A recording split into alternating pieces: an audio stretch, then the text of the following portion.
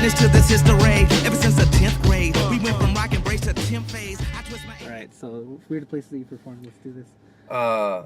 Recently, we were both on the show in that alley, and it was just, it wasn't an alley. It was just an open garage with a really dusty car getting worked on, and you were standing on, his stoop outside a sliding glass door with like a 1970s single speaker amp system that looked like, like somebody's, like your turntable went on top of it at one point kind of thing. I thought that was really cool. Yeah, with like the heat lamp, the 8 people all huddling around it. But the cool thing about that was it puts you in a place, especially for us being new. I mean, we should be jumping into every challenging situation. And the fact that the whole time you're standing there, like, this isn't a stage, this isn't a place for comedy. These people, there's 50 chairs and 9 people, and they're all huddled in a circle, which is strange. But at least they're close. Yeah, that's a great idea. I mean, some shows you go to and there's 5 people and they're all spread out, which is like psychologically the worst thing ever for people to laugh. So Solstice, every year they do this Relay for Life. It's like the thing that they sponsor. And Mike was so excited to be adding comedy, and so he was pitching that. They're like, yeah, let's have a comedy show at the Relay for Life.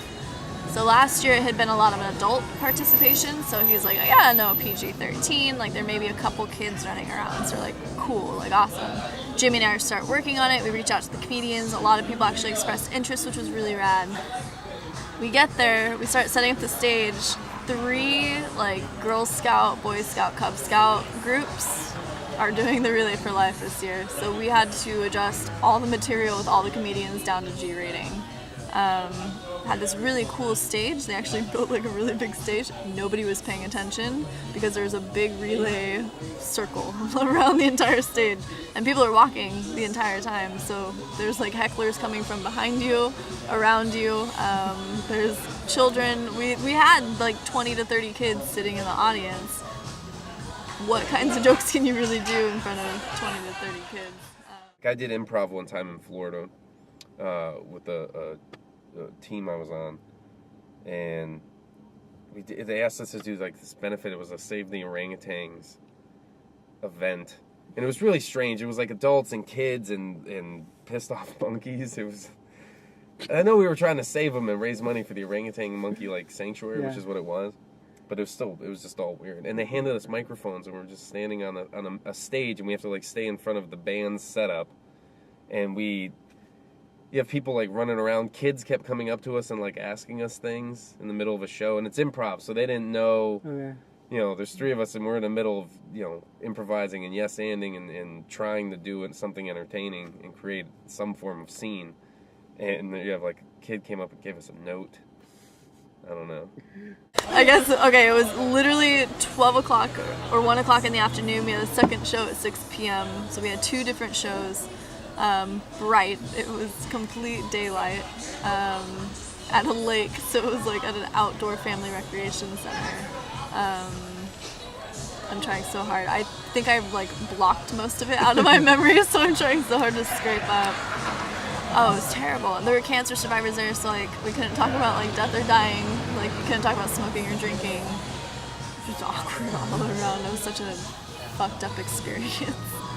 From doing that room, what do you think you've learned about what kind of setting you need to do for comedy? Not outdoors, like at all. I will take a pub in Ireland in the Temple Bar district with rowdy football fans over an outdoor family-friendly festival any day.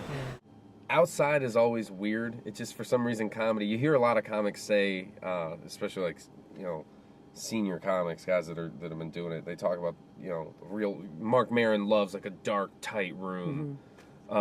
And that's where they say like comedy, like the brick wall with the tight stage and everyone crammed in and sweating. I mean, there's something about that, and I think it has to do with the same psychology we were talking about before, where the tighter a group is, when you're crammed into a space and you hear laughter, or it really doesn't matter what emotion, we can all feel it. Mm-hmm. We can feel the comfort level we have, but when you're spread out, you feel singled out. And you don't want to be the only one that laughs. So psychologically, when you have a crowd that's spread out, it's just they're all hoping the other one will laugh so they can laugh. That's true. Instead of just being in this thing like we're all in this together, we're all one unit. and there is no judgment because no one will know it's me. We're all crammed in here. Have you had good experiences with alternative rooms? Yes. When we went up to Vista, you, me, and Jimmy, and it was like that hip hop arts festival thing, fundraiser for a sports team. I can't remember what it was for.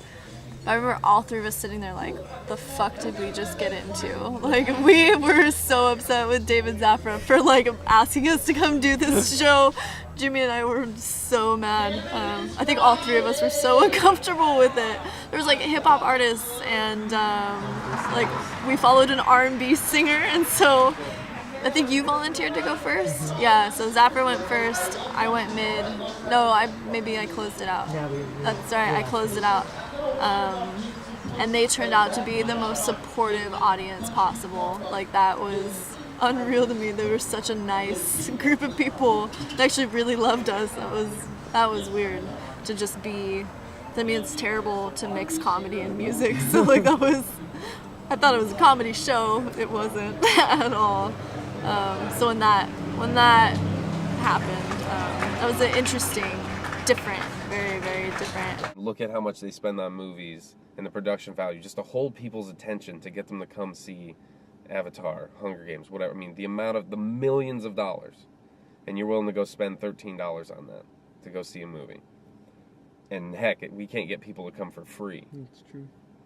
Because to entertain somebody to the point where they're willing to just focus on one person talking at their face, we're asking a lot. So all those elements, the sunlight, noises, monkeys yelling in the background, there's so much to pay attention to that you better, as a comic, I mean, what a challenge. And we were horrible. I mean, it was just horrible. But that's part of it. I mean, horrible's going to happen, and, it's probably good to put ourselves in those bad rooms, bad situations, bad comedy shows, because, heck, if you can get them to pay attention and laugh, you're winning. I think